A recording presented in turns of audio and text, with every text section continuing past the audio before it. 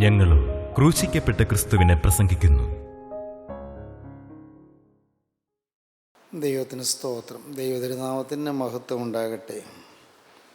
91 സങ്കീർത്തനം 3 വാക്യം നാം ചിന്തിച്ച് വരികയായിരുന്നു. 91 സങ്കീർത്തനം 3 വാക്യത്തെ ആസ്പദമാക്കി പൈശാചികൻ ഒരുക്കുന്ന കെണികളെക്കുറിച്ച് നാം ആലോചിച്ച് വരികയായിരുന്നു. പിശാച് ഒരുക്കുന്നതായ കെണികൾ, മനുഷ്യനെ തകർക്കുവാനും നശിപ്പിക്കുവാനും സാത്താൻ ഒരുക്കുന്ന കെണികൾ, മനുഷ്യൻ്റെ ഭാവി ജീവിതം മുടിച്ചു കളയുവാൻ ശത്രുവായ പൈശാചികൻ ഒരുക്കുന്ന കെണികൾ. 91 സങ്കീർത്തനം 3 വാക്യം ആദ്യം വായിക്കാം. അവൻ നിന്നെ വേട്ടക്കാരൻ്റെ കെണിയിൽ നിന്നും നാശകരമായ മഹാമാരിയിൽ നിന്നും വിടുവിക്കും. പക്ഷിയെ വേട്ടക്കാരൻ കെണിവെച്ച് പിടിക്കുന്നത് പോലെ മനുഷ്യനെ കെണിവെച്ച് പിടിക്കുവാൻ പിശാച് പരിശ്രമിക്കുന്നു, അവൻ യത്നിക്കുന്നു, അവൻ അധ്വാനിക്കുന്നു, അതിനുവേണ്ടി മാത്രം അവൻ ഉദ്യമിക്കുന്നു. വേട്ടക്കാരൻ്റെ കണിയിൽ നിന്ന് പക്ഷി എന്ന പോലെ എനിക്ക് മോചനം തന്നിരിക്കുന്നു എന്ന്, ഞാൻ കണിപൊട്ടി വഴുതി പോന്നിരിക്കുന്നുവെന്ന് സങ്കീർത്തനക്കാരൻ വേറൊരു ഭാഗത്ത് പറയുന്നുണ്ട്. വേട്ടക്കാരൻ്റെ കണിയിൽ നിന്നും നാശകരമായ മഹാമാരിയിൽ നിന്നും അവനെ വിടുവിക്കും എന്ന് ദാവീദ് സന്തോഷത്തോടെ ദൈവത്തെ സ്തുതിച്ചുകൊണ്ട് പറയുന്നുണ്ട്. 124 സങ്കീർത്തനത്തിൻ്റെ 7 വാക്യം വായിക്കുമ്പോഴാണ് നാം കാണുന്നത്, വേട്ടക്കാരുടെ കണിയിൽ നിന്ന് പക്ഷി എന്ന പോലെ ഞാൻ വഴുതി പോന്നിരിക്കുന്നു, കണിപൊട്ടി വഴുതി പോന്നിരിക്കുന്നു എന്ന്. നമുക്ക് വായിക്കാം. 124 സങ്കീർത്തനം 7 വാക്യം. വേട്ടക്കാരുടെ കെണിയിൽ നിന്ന് പക്ഷി എന്ന പോലെ നമ്മുടെ പ്രാണൻ വഴുതി പോന്നിരിക്കുന്നു. വേട്ടക്കാരുടെ കണിയിൽ നിന്ന് പക്ഷി എന്ന പോലെ നമ്മുടെ പ്രാണൻ വഴുതി പോന്നിരിക്കുന്നു. കെണി പൊട്ടി നാം വഴുതി പോന്നിരിക്കുന്നു. കെണി പൊട്ടി നാം വഴുതി പോന്നിരിക്കുന്നു. കെണി പൊട്ടി നാം വഴുതി പോന്നിരിക്കുന്നു. ട്രാപ്പ് വെച്ചതാണ്, കെണി വെച്ചതാണ്, എന്നാൽ കെണി പൊട്ടി വഴുതി പോന്നിരിക്കുന്നു, കെണി വീണതാണ്. എങ്കിലും വേട്ടക്കാരൻ്റെ കെണിയിൽ നിന്നും അവൻ്റെ വലയിൽ നിന്നും നാം വഴുതി പോന്നിരിക്കുന്നു, നാം രക്ഷപ്പെട്ടു പോന്നിരിക്കുന്നു. അതുതന്നെ 140 സങ്കീർത്തനത്തിൽ നാം കാണുന്നുണ്ട്. 140 സങ്കീർത്തനം 5 വാക്യം നമുക്ക് വായിക്കാം. 142 സങ്കീർത്തനം 3 വാക്യം വായിക്കാം. ഗർവികൾ എനിക്കായി കെണിയും കയറും മറച്ചു വച്ചിരിക്കുന്നു, വഴിയരികെ അവർ വല വിരിച്ചിരിക്കുന്നു, അവർ എനിക്കായി കുടുക്കുകൾ വച്ചിരിക്കുന്നു. ദുഷ്ടനായ പൈശാചികൻ ചിലരെ എനിക്കെതിരായി ഒരുക്കി എന്നെ കെണിയിൽ വീഴിക്കുവാൻ പരിശ്രമിക്കുന്നു. ഗർവികൾ എനിക്കായി കെണിയും കയറും മറച്ചു വച്ചിരിക്കുന്നു, വഴിയരികെ അവർ വല വിരിച്ചിരിക്കുന്നു, അവർ എനിക്കായി കുടുക്കുകൾ വെച്ചിരിക്കുന്നു. കുടുക്ക് വെച്ചിരിക്കുകയാണ്, കെണി വെച്ചിരിക്കുകയാണ്. ദുഷ്ടന്മാരായ ആളുകൾ, ഗർവികൾ, പിശാചിൻ്റെ കയ്യിലെ ആയുധങ്ങളായി പ്രവർത്തിക്കുന്ന ആളുകൾ എനിക്കായി കെണിയും കയറും മറച്ചു വച്ചിരിക്കുന്നു, വഴിയരികെ അവർ വല വിരിച്ചിരിക്കുന്നു, അവർ എനിക്കായി കുടുക്കുകൾ വെച്ചിരിക്കുന്നു. 142 സങ്കീർത്തനം 3 വാക്യം. ഞാൻ നടക്കുന്ന പാതയിൽ അവർ എനിക്ക് ഒരു കെണി ഒളിച്ചു വച്ചിരിക്കുന്നു. ഞാൻ നടക്കുന്ന പാതയിൽ അവർ എനിക്ക് ഒരു കെണി ഒളിച്ചു വച്ചിരിക്കുന്നു. ദൈവത്തിന് സ്തോത്രം. ഞാൻ നടക്കുന്ന പാതയിൽ അവർ എനിക്ക് ഒരു കെണി ഒരുക്കി വച്ചിരിക്കുന്നു. കെണി പൊട്ടി വഴുതി പോന്നു. വേട്ടക്കാരുടെ കെണിയിൽ നിന്ന്, നാശകരമായ മഹാമാരിയിൽ നിന്ന് ദൈവം എന്നെ വിടുവിക്കും. ദാവീദ് വലഞ്ഞു പോയൊരു മനുഷ്യനാണ്. കഴിഞ്ഞ പ്രാവശ്യം നാം ചിന്തിച്ചു ദാവീദ് പാപത്തിൻ്റെ കെണിയിൽ വീണതിനെക്കുറിച്ച്. പാപത്തിൻ്റെ കെണി, പാപം അതൊരു കെണി പോലെ നമ്മെ വീഴിക്കുവാൻ പിശാച് ഉദ്യമിക്കുന്ന വളരെ വളരെ ഭയാനകമായ ഒരു രംഗമാണ് പാപം. പിശാചിൻ്റെ കെണി പാപത്തിൽ കൂടിയാണ് നമ്മെ വശീകരിക്കുന്നത്, കെണിയിൽ വീഴിക്കുന്നത്. പാപം വരാതെ നിന്നാൽ നാം കെണിയിൽ വീഴുകയില്ല. ബുദ്ധിയോടെ, വളരെ ശ്രദ്ധയോടെ, വളരെ സൂക്ഷ്മതയോടെ നാം നിൽക്കുമെങ്കിൽ കെണിയിൽ വീഴാതെ നമുക്ക് രക്ഷപ്പെടാം. ശത്രു ഒരുക്കുന്ന കെണിയിൽ വീഴാതെ രക്ഷപ്പെടാം. പാപം വരാതിരുന്നാൽ മതി, നമ്മെ തന്നെ സൂക്ഷിച്ചാൽ മതി. വേദപുസ്തകം പറയുന്നു, ദൈവത്തിൽ നിന്ന് ജനിച്ചവൻ തന്നെത്താൻ സൂക്ഷിക്കുന്നു, ദുഷ്ടൻ അവനെ തൊടുന്നതുമില്ല. പൈശാചികൻ തൊടാതിരിക്കും. കെണിയിൽ, കുടുക്കിൽ, വലയിൽ കുരുങ്ങാതെ നമുക്ക് രക്ഷപ്പെടാം. നാം പാപം കൂടാതെ നിന്നാൽ മാത്രം മതി. നമ്മുടെ ജീവിതത്തിൽ പാപം വന്നാൽ ശത്രുവിൻ്റെ കെണിയിൽ നാം വീണുപോകും. ദാവീദ് കെണിയിൽ വീണുപോയി, പാപത്തിൻ്റെ കെണിയിൽ വീണുപോയി. പാപത്തിൻ്റെ കെണിയിൽ വീണു. നാം ഒടുവിൽ ചിന്തിച്ചു വെച്ചത് ദാവീദിന് കുറ്റബോധം കിട്ടാതിരുന്നു എന്നാണ്. പാപം വന്നു, ഏറ്റവും ഹീനമായ പാതകം വന്നു, മ്ലേച്ഛമായ പാപം വന്നു. പക്ഷേ ഭയാനകമായ കാര്യം, പാപം വന്നു എന്ന് ദാവീദ് അറിഞ്ഞില്ല. ദാവീദിനറിയാമായിരുന്നു. പക്ഷേ പാപം എന്നുള്ള ആ കാര്യത്തിൻ്റെ ഗൗരവം ദാവീദിൻ്റെ ഹൃദയത്തിൽ തട്ടിയില്ല. നമ്മുടെ ജീവിതത്തിൽ നാം ആരും തികഞ്ഞവരല്ല. മനസ്സറിഞ്ഞ് ഒരു പാപപ്രവൃത്തിയിലേക്ക് നാം പോകരുത്. ഒരു കാരണവശാലും പോകരുത്. പാപത്തിൻ്റെ പ്രവൃത്തിയിലേക്ക് പോകരുത്. നമ്മുടെ ഈ ശരീരത്തിലെ ഒരു അവയവം കൊണ്ടും നാം പാപം ചെയ്യരുത്. പക്ഷേ ചിന്തയിൽ, നമ്മുടെ വിചാരത്തിൽ, നമ്മുടെ വികാരത്തിൽ, നമ്മുടെ ആഗ്രഹത്തിൽ, നമ്മുടെ മോഹത്തിൽ, നമ്മുടെ നിരൂപണത്തിൽ, നമ്മുടെ മനോരാജ്യത്തിൽ, നമ്മുടെ ആലോചനകളിൽ പക്ഷേ പാപം വന്നു എന്ന് വന്നേക്കാം. പാപം വരാം. അതിനപ്പുറത്തേക്ക് വാക്കിലേക്ക് പാപം മാറരുത്, പ്രവൃത്തിയിലേക്ക് പാപം മാറരുത്. നാം അതിൽ കരുതലുള്ളവരായിരിക്കേണ്ടതാണ്. ദൈവത്തിൽ നിന്ന് ജനിച്ചവൻ തന്നെ താൻ സൂക്ഷിക്കുന്നു. കാതലായ ഒരു ചോദ്യം ഇവിടെ ഉദിക്കുന്നുണ്ട്. എൻ്റെ ജീവിതത്തിൽ ഞാൻ വീണ്ടും ജന്മം പ്രാപിച്ചിട്ടുണ്ടോ? ഞാൻ പൊതുജന്മം പ്രാപിച്ചിട്ടുണ്ടോ? സഹോദരങ്ങളെ, നിങ്ങൾ ചിന്തിക്കൂ. നമ്മുടെ ശരീരത്തിൽ നാം നമ്മുടെ അപ്പൻ്റെയും അമ്മയുടെയും മകനായി മകളായി ജനിച്ചു. അത് ശാരീരിക ജന്മം, ജഡപ്രകാരമുള്ള ജന്മം. എന്നാൽ അതിന് ശേഷം നാം ആത്മാവിൽ ജനിച്ചിട്ടുണ്ടോ? ആത്മാവിൽ വീണ്ടും ജന്മം. യേശുദമ്പുരാൻ പറഞ്ഞു, പുതുതായി ജനിച്ചില്ല എങ്കിൽ ദൈവരാജ്യം കാണുവാൻ ആർക്കും കഴിയുകയില്ല. പുതുതായി ഒരു ജന്മം നമുക്ക് കിട്ടിയിട്ടുണ്ടോ? ഒരു പുതുജനനം, ഒരു വീണ്ടും ജന്മം. റീജനറേഷൻ എന്ന് പറയാം, ബോൺ അഗെയിൻ എക്സ്പീരിയൻസ് എന്ന് പറയാം. ഏതായാലും പറയുന്ന വാക്ക് ഏതുമാകട്ടെ, നമുക്കൊരു അനുഭവം വേണം, പുതിയ ജന്മത്തിൻ്റെ അനുഭവം. പഴയ മനുഷ്യൻ മരിച്ചു, പഴയ മനുഷ്യൻ കുഴിച്ചിടപ്പെട്ടു, പുതിയ മനുഷ്യൻ ഉയർത്തെഴുന്നേറ്റു. നമ്മുടെ ജീവിതത്തിൽ അതാണ് സംഭവിക്കേണ്ടത്. അത് നമ്മുടെ ഓരോരുത്തരുടെയും ജീവിതത്തിൽ നിന്ന് അനുഭവിക്കേണ്ടതാണ്.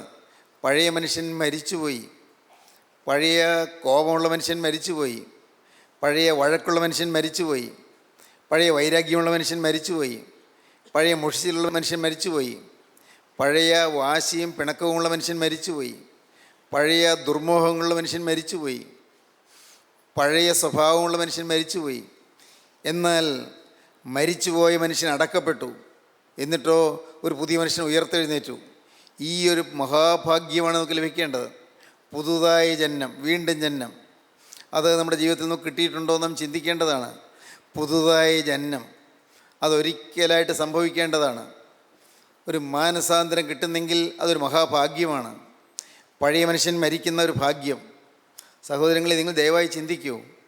നമ്മുടെ ജീവിതത്തിൽ അത് ലഭിച്ചില്ലെങ്കിൽ ഇപ്പോൾ ഇത് കേട്ടുകൊണ്ടിരിക്കുമ്പോൾ നിങ്ങൾക്ക് സ്വന്തമായൊരു ദാഹം വരട്ടെ. കർത്താവേ, ഞാൻ പുതുതായി ജനിച്ചുവോ? ഞാൻ വീണ്ടും ജന്മം അനുഭവിച്ചുവോ? എനിക്കൊരു മാനസാന്തരം വന്നുവോ? ഞാൻ വചനം കേട്ടു, വേദപുസ്തകവുമായി ഞാൻ വചനം ശുശ്രൂഷയ്ക്ക് വന്നു. ഞാൻ ദൈവത്തിൻ്റെ വേലയ്ക്ക് വേണ്ടി ബന്ധപ്പെട്ട് ഓടുകയും പ്രവർത്തിക്കുകയും ചെലവഴിക്കുകയും ചെയ്തു. പക്ഷേ എനിക്കൊരു പുതിയ ജന്മം ലഭിച്ചുവോ? പുതുജനനം. പുതുതായി ജനിച്ചില്ല എങ്കിൽ ദൈവരാജ്യം കാണുവാൻ ആർക്കും കഴിയുകയില്ല. വളരെ ഗൗരവമേറിയ ചോദ്യമാണിത്, ഗൗരവമേറിയ പ്രശ്നമാണിത്. ഇത് നിത്യതയോളം നിലനിൽക്കുന്ന കാര്യമാണ്. ഇത് ഏതാനും ദിവസത്തേക്കുള്ളൊരു കാര്യമല്ല. നമ്മുടെ ഈ ഭൗതിക ജീവിതം കൊണ്ട് തീരുന്ന കാര്യമല്ല. ഈ ലോക ജീവിതം കഴിഞ്ഞ് നിത്യതയിലേക്ക് കടന്നു ചെല്ലുമ്പോഴാണ് നാം വീണ്ടും ജന്മം അനുഭവിക്കാതെയാണ് ചെല്ലുന്നതെങ്കിൽ, യേശു ക്രിസ്തുവിൻ്റെ ആത്മാവ് തമ്മിൽ ജനിച്ചിട്ടില്ല എങ്കിൽ നമ്മുടെ ജീവിതം ഏറ്റവും വലിയ അവതാളത്തിലായി പോകും, ഏറ്റവും വലിയ കനത്ത നഷ്ടത്തിലായി പോകും. വളരെ ഗൗരവമാണത്. ഇന്ന് ദയവായി നിങ്ങൾ ചിന്തിക്കൂ. നിങ്ങളുടെ ജീവിതത്തിലേക്ക് നിങ്ങൾ തന്നെ തിരിഞ്ഞു നോക്കിക്കൊണ്ട് ചിന്തിക്കൂ. എനിക്കൊരു വീണ്ടും ജന്മം കിട്ടിയോ? ഇത്രാം തീയതി ഇത്ര മണിക്ക് ഇന്ന സമയത്ത് ഞാൻ വീണ്ടും ജന്മം പ്രാപിച്ചു എന്ന് ആർക്കും പറയാൻ പറ്റണമെന്നില്ല. ഇന്ന സമയത്ത് ഞാൻ മാനസാന്തരപ്പെട്ടുവെന്ന് ഒരു പ്രത്യേക ദിവസം പറയാൻ പറ്റണമെന്നില്ല, ഒരു പ്രത്യേക സമയം പറയാൻ പറ്റണമെന്നില്ല. അതൊരു അനുഗ്രഹീതമായൊരു പ്രക്രിയയാണ്. നമ്മുടെ ജീവിതത്തിൽ നടക്കേണ്ടതായ ഒരു പ്രോസസ്സാണ്, ഒരു വലിയ പ്രവർത്തനമാണ്. പല നാളുകൾ വചനം കേട്ടുകൊണ്ടിരിക്കുമ്പോൾ ഏതോ ഒരു സമയത്ത് പരിശുദ്ധാത്മാവ് നമ്മുടെ മേൽ ആവസിക്കുകയാണ്. ഏതോ ഒരു സമയത്ത്. ആ സമയം നാം അറിയണമെന്നില്ല, ആ സമയം നമുക്ക് തിരിച്ചറിയാൻ പറ്റണമെന്നില്ല. എന്നാൽ ചിലർക്ക് അത് തിരിച്ചറിയാൻ പറ്റിയെന്ന് വരാം. വ്യക്തമായ അനുഭവം ലഭിക്കുന്നവർ, വ്യക്തമായി യേശു ക്രിസ്തുവിൻ്റെ ആത്മാവ് എൻ്റെ മേൽ താണിറങ്ങി വന്ന് എൻ്റെ ഉള്ളത്തിലേക്ക് കടന്നു വന്നു എന്ന് അനുഭവിക്കുന്ന ആ അനുഭവത്തിൻ്റെ നല്ല ചൂടുള്ള അനുഗ്രഹീതമായ അനുഭവം ഉള്ളവരുണ്ട്. നല്ലതാണ്. ഇല്ലേ, അതുകൊണ്ട് ഇല്ലെങ്കിലും കുഴപ്പമില്ല. നിങ്ങളുടെ ജീവിതത്തിൽ നിങ്ങൾ പഴയ മനുഷ്യൻ മരിച്ചു എന്നുള്ള നല്ലൊരു ഉറപ്പ് നിങ്ങൾ സമ്പാദിക്കണം. അത് നിങ്ങൾ തന്നെ നേടേണ്ടതാണ്, വേറെ ആരും പറഞ്ഞു തരേണ്ടതല്ല.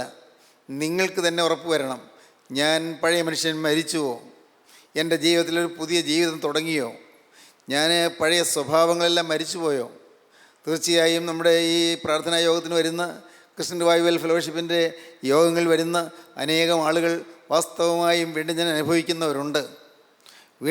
അനുഭവിക്കുന്നവരുണ്ട്, മാനസാന്തരപ്പെട്ടവരുണ്ട്. അവർ തികഞ്ഞവരായി എന്നല്ല, ഒരു ശിശു ജനിച്ചു അതുകൊണ്ടെല്ലാം ആയില്ലല്ലോ. ശിശു ജനിച്ചു, ജന്മമില്ലാതെ പിന്നെ വളരുന്നതെങ്ങനെ, ജന്മമില്ലാതെ പിന്നെ ഓടുന്നതെങ്ങനെ, ജന്മമില്ലാതെ പിന്നെ പ്രവർത്തിക്കുന്നതെങ്ങനെ? ജനിച്ചു, ഒരു ശിശു ജനിച്ചു. ഒരു ശിശു ജനിച്ചാൽ ആ ശിശുവിന് വളർച്ച വേണം. ജനിച്ച ശിശുവിന് പിന്നെ പാൽ കൊടുത്ത് വളർത്തണം. അമ്മയുടെ മുലപ്പാൽ കൊടുക്കണം, അല്ല കുപ്പിപ്പാൽ കൊടുക്കണം. ആ കുഞ്ഞിന് ആവശ്യമുള്ള ആഹാരം കൊടുക്കണം. അതാത് പ്രായത്തിനെ പറ്റി ആഹാരം കൊടുത്തുകൊണ്ടിരിക്കണം. ആഹാരം കൊടുക്കണം. ഏതാണ് ആഹാരം? പത്രോസിൻ്റെ 1-ാമത്തെ ലേഖനം 2-ാം അധ്യായം 1-ാം വാക്യം വായിക്കാം. അപ്പോസ്തലനായ പത്രോസ് എഴുതിയ 1-ാമത്തെ ലേഖനം 2-ാം അധ്യായം 1-ാം വാക്യം.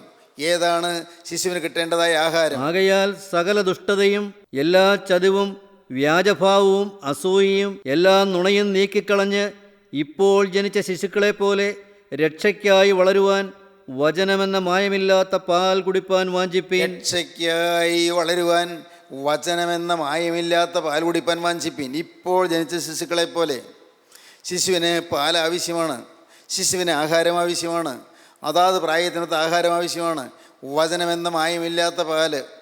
ഈ പാല് അത് കിട്ടുന്ന സ്ഥലമാണ് ദൈവത്തിൻ്റെ വചനം പറയുന്ന കൂട്ടായ്മ യോഗങ്ങൾ, പരിശുദ്ധാത്മാവ് പ്രവർത്തിക്കുന്ന ആത്മീയ പ്രവർത്തനങ്ങൾ.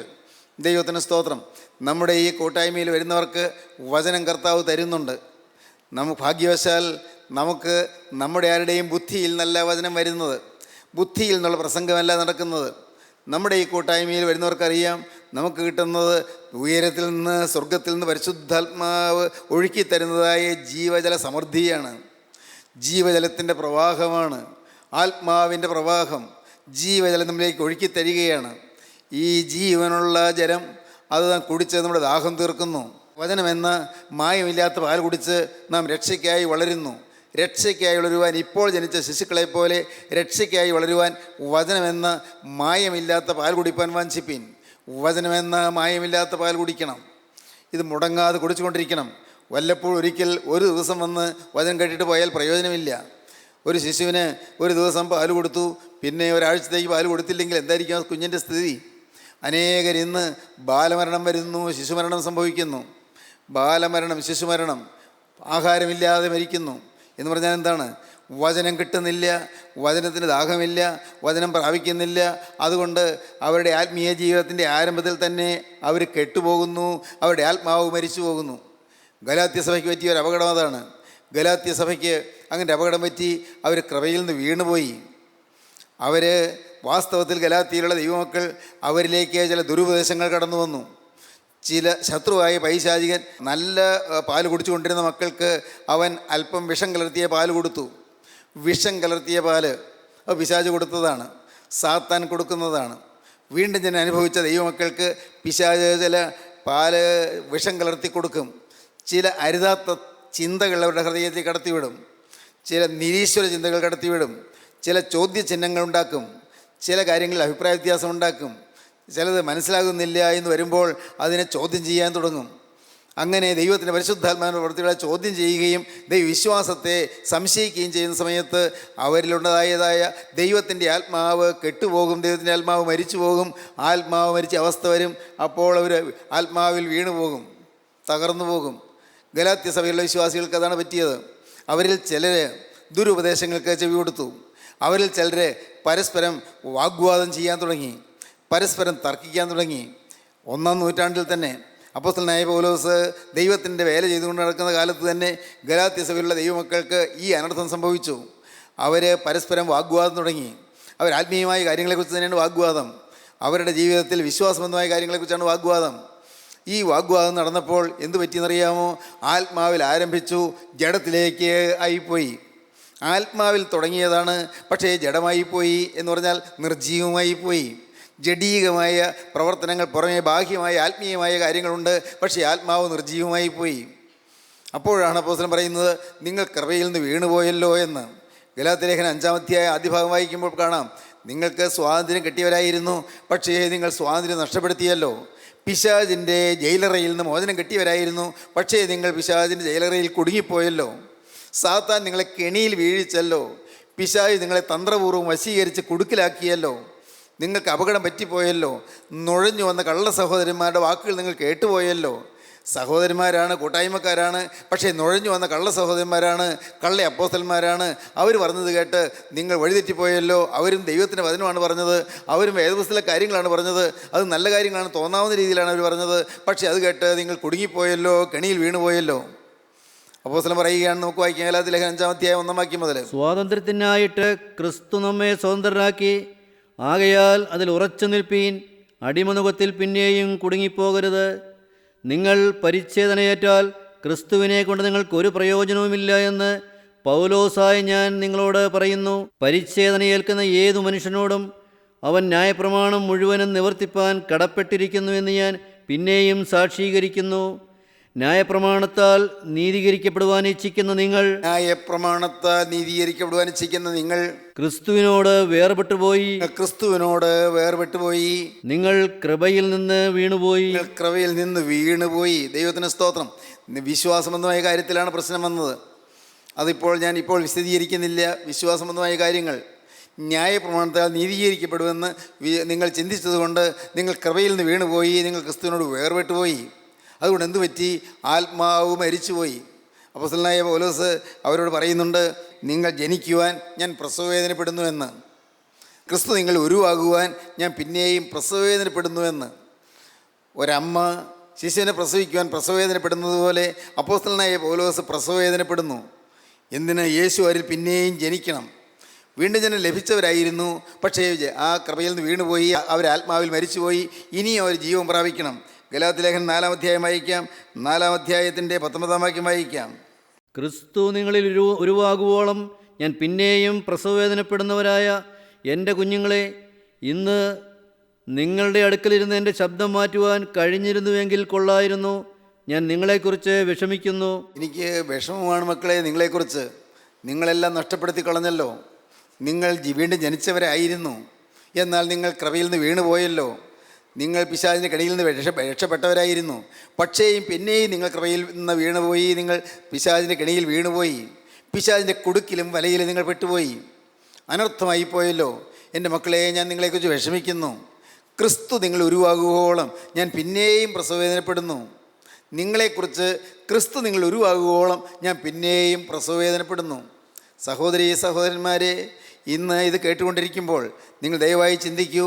ഒരിക്കൽ മാനസാന്തരം കിട്ടിയവരാണ്, ഒരിക്കൽ വീണ്ടും ജനം അനുഭവിച്ചവരാണ്, ആത്മാവിൻ്റെ ലഹരിയിൽ ദൈവത്തെ സ്തുതിച്ചവരാണ്. ഒരു പ്രത്യേക സുഖം ഉണ്ടായിരുന്നില്ലേ അന്ന്? ഓർത്തു നോക്കൂ.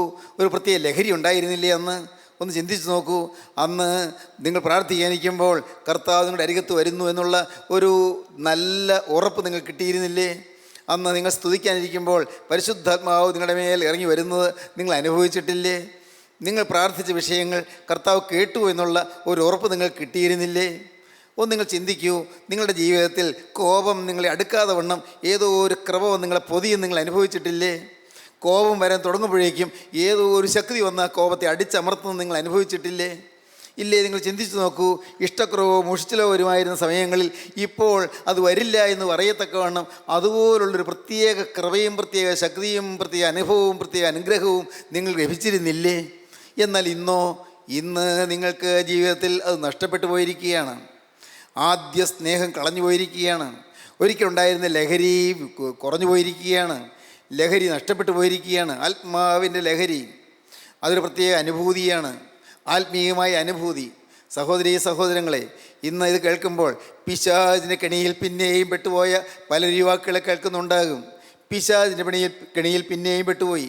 സാത്താൻ കുരുക്കിലാക്കി കളഞ്ഞു. അവൻ ലജ്ജയില്ല, പിശാചിന് ലജ്ജയില്ല, അവന് നാണമില്ല, അവന് മടുപ്പില്ല, അവൻ പിന്നോട്ടില്ല. ഒരിക്കൽ തോറ്റുവെങ്കിലും അവൻ തോറ്റു പിന്മാറില്ല. പിന്നെയും അവസരം കിട്ടുമോ അവൻ ചാടി വന്ന് തന്ത്രത്തിൽ കയറാൻ നോക്കും, തന്ത്രപൂർവ്വം കയറാൻ നോക്കും. അകത്ത് കയറാൻ ഇങ്ങനെ ചുറ്റി നടന്നുകൊണ്ടിരിക്കും. അവൻ വളരെ കൗശലക്കാരനാണ്. ഒരാളെ ഏത് കാര്യത്തിൽ വീഴിക്കാമെന്ന് അവനറിയാം. മനുഷ്യൻ്റെ വീക്ക് പോയിൻ്റ് എവിടെയാണ്, അവൻ്റെ ബലഹീന വശം എവിടെയാണ് എന്ന് പിശാചിനറിയാം. അതുകൊണ്ട് ആ ബലഹീന വശത്ത് ആ പോയിന്റിൽ കൂടി അവൻ കടന്നു വരും, അവൻ നുഴഞ്ഞു കയറി വരും. പ്രിയപ്പെട്ടവരെ, എത്ര ശ്രദ്ധാപൂർവ്വം നിൽക്കേണ്ടതാണ് ആത്മീയ ജീവിതം. ശ്രദ്ധാപൂർവ്വം നിൽക്കേണ്ടതാണ്, വളരെ കരുതലോടെ നിൽക്കേണ്ടതാണ്. നമ്മിൽ പലരും ഇതൊന്നും ചിന്തിക്കാറില്ല. ആത്മീയ ജീവിതം അത് കളിയല്ല, ആത്മീയ ജീവിതം അത് നിസ്സാരമല്ല, ആത്മീയ ജീവിതം പൂമെത്തയല്ല, ആത്മീയ ജീവിതം പുഷ്പശയ്യയല്ല, ആത്മീയ ജീവിതം സുഖകരമായ ഒന്നല്ല. ആത്മീയ ജീവിതം പോരാട്ട ജീവിതമാണ്. ആത്മീയ ജീവിതം ശത്രുവിനോടുള്ള പോരാട്ടത്തിൻ്റെ ഏറ്റവും കരുത്തുറ്റ അനുഗ്രഹങ്ങൾ നാം കൈയാളുവാനുള്ള അനുഗ്രഹീത നിമിഷങ്ങളാണ്. നമ്മുടെ ജീവിതത്തിൽ ആത്മീയ ജീവിതം നയിപ്പാൻ ഒരു സമർപ്പണം നിങ്ങൾക്ക് വന്നിട്ടുണ്ടോ? ദയവായി നിങ്ങൾ ചിന്തിക്കൂ, നിങ്ങളുടെ ജീവിതത്തിലേക്ക് നോക്കൂ. ഇതറിയാമായിരുന്നുകൊണ്ടാണ് നമ്മുടെ പിതാക്കന്മാർ വളരെ വളരെ ഹൃദയസ്പർശിയായി പറഞ്ഞത്, അലസത ലേശമെങ്കിലും വന്നുപോയാൽ അശുവഴിയിലേക്ക് തിരിയുമെന്നും തന്നെയല്ല ആത്മാവ് മരിക്കുമെന്നും. അലസത ലേശം വന്നാൽ മതി, ഒരു ചെറിയ അലസത വന്നാൽ മതി, അശുവഴിയിലേക്ക് തിരിയും, ആത്മാവ് മരിച്ചു പോകും, സ്വയമേ നിഹനിക്കും, ആത്മാവിനെ തന്നെത്താൻ കൊന്നുകളയും.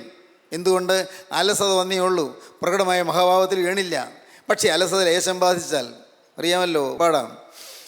രാജ്യത്തിൻ വാതിൽ ചെറിയതുമാർഗം വീതി കുറഞ്ഞതുമാ വഴിഗമനം കാക്ഷിപ്പോത്യുത്സാഹമവശ്യം താൻ അലസതലേശം ബാധിച്ചാൽ അശുഭ വഴിക്കു വശം വദനായി സ്വാത്മത്തെ സ്വയമേ നിഹനിക്കും. സ്വന്തം ആത്മാവിനെ സ്വയമേ നിഹനിക്കും, സ്വയമേ വധിക്കും, സ്വയമേ കൊല്ലും. ആത്മാവ് മരിച്ചു പോകും. അലസത ലേശം വന്നാൽ മതി, അല്പം അശ്രദ്ധ പറ്റിയാൽ മതി.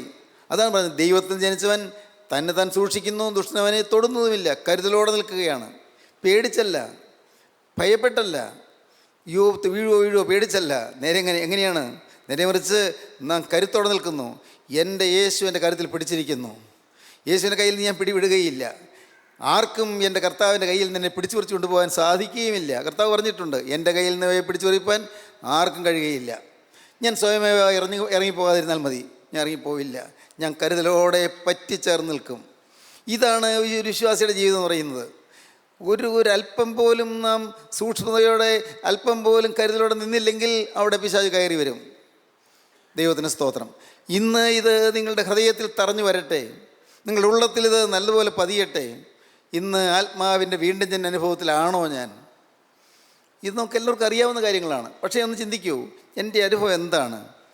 ഒരു കാലത്തുണ്ടായിരുന്ന ചൈതന്യം എന്നിലുണ്ടോ? ഒരു കാലത്തുണ്ടായിരുന്ന വീര്യം എന്നിലുണ്ടോ? ഒരു കാലത്തുണ്ടായിരുന്ന ദാഹം എന്നിലുണ്ടോ? ഒരു കാലത്തുണ്ടായിരുന്ന സ്നേഹം എന്നിലുണ്ടോ? ഒരു കാലത്തുണ്ടായിരുന്ന വിശ്വാസം എനിക്കുണ്ടോ? ഒരു കാലത്തുണ്ടായിരുന്നതായ ധൈര്യം എനിക്കുണ്ടോ? ഒരു കാലത്തുണ്ടായിരുന്ന ആത്മാവിൻ്റെ പ്രാഗൽഭ്യം എനിക്കുണ്ടോ? ഇന്നിപ്പോൾ ഞാൻ കടന്നുപോയാൽ ഞാൻ ദൈവരാജ്യത്തിൽ ചെല്ലും, ഈ ഉറപ്പുണ്ടോ? ഇന്ന് നാം വ്യർത്ഥമായി ആശ്വസിച്ചിട്ട് കാര്യമില്ല. വ്യർത്ഥമായിട്ട് വല്ലതും ആശ്വസിക്കും, ഞാൻ ചെല്ലും, ചെല്ലാതിരിക്കില്ല, കർത്താവ് എന്നെ ഉപേക്ഷിക്കില്ല, ഞാനത് വേറെ അരുതാത്ത വലിയ വഴിക്കൊന്നും പോയില്ലല്ലോ. പിന്നെ ചില കാര്യങ്ങളിൽ ചില ബലഹീനതകൾക്ക് വന്നല്ലേ ഉള്ളൂ, ദൈവം രക്ഷിക്കും.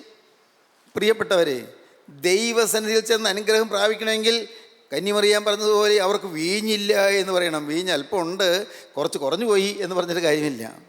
അവർക്ക് വീഞ്ഞില്ല, നഷ്ടപ്പെട്ടു പോയി, കർത്താവേ പോയി, വീഞ്ഞില്ല. കന്യമാതാവ് അതാണ് പറഞ്ഞു അവർക്ക് വീഞ്ഞില്ല. കുറച്ച് വീഞ്ഞ് അവിടെ ഇരിപ്പുണ്ട്, അത് അടുത്ത പന്തി വിളമ്പാൻ പോരാതെ വരും തോന്നുന്നു, കുറച്ച് കുറവുണ്ട്. നോ, അങ്ങനെയല്ല. എന്താണ് വേണ്ടത്? അവർക്ക് വീഞ്ഞില്ല.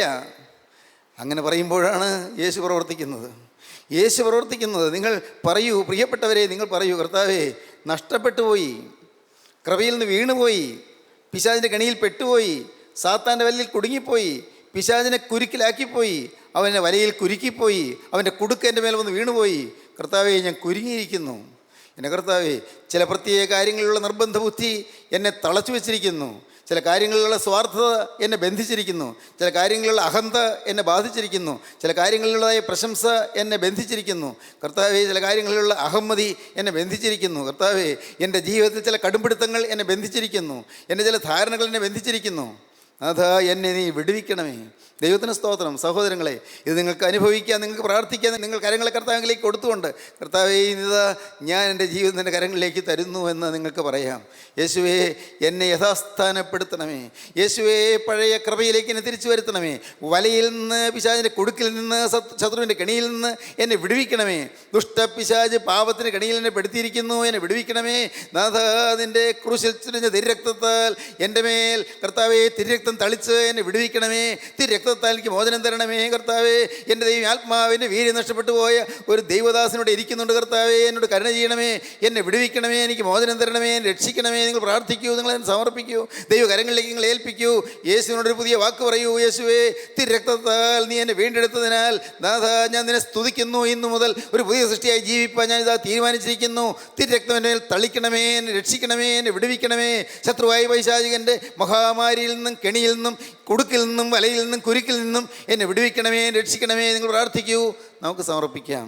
കരുണയുള്ള കർത്താവേ, പിശാചിൻ്റെ കെണിയിൽ വീഴുവാൻ, പിശാചിൻ്റെ കെണിയിൽ വീഴിക്കുവാൻ ശത്രുവായ പൈശാചി ഞങ്ങളുടെ പിന്നാലെ വരുന്നുണ്ട്, നിങ്ങൾ കാണുന്നുണ്ട് കർത്താവേ. നാഥ ഞങ്ങളുടെ ബലഹീന വശങ്ങളിൽ കൂടി ഞങ്ങളെ ആക്രമിക്കാൻ ശത്രു നോക്കുന്നു, ഞങ്ങൾ അറിയുന്നു കർത്താവേ. ഞങ്ങൾക്ക് സ്വയമേവ ശത്രുവിനോട് യുദ്ധം ചെയ്യാൻ കഴിയില്ലല്ലോ. യുദ്ധം അവിടത്തേക്കാകുന്നുവല്ലോ. അവിടുന്ന് യുദ്ധം ചെയ്യണമേ കർത്താവേ. ശത്രുവിനെ തോൽപ്പിച്ച് ഞങ്ങളെ ജയിപ്പിക്കണമേ. ഞങ്ങളുടെ മേൽ കൃപ പകരണമേ. എല്ലാവരെയും അനുഗ്രഹിക്കണമേ. യേശുവിൻ നാമത്തിൽ തന്നെ. ആമീൻ. ഹല്ലേലൂയ.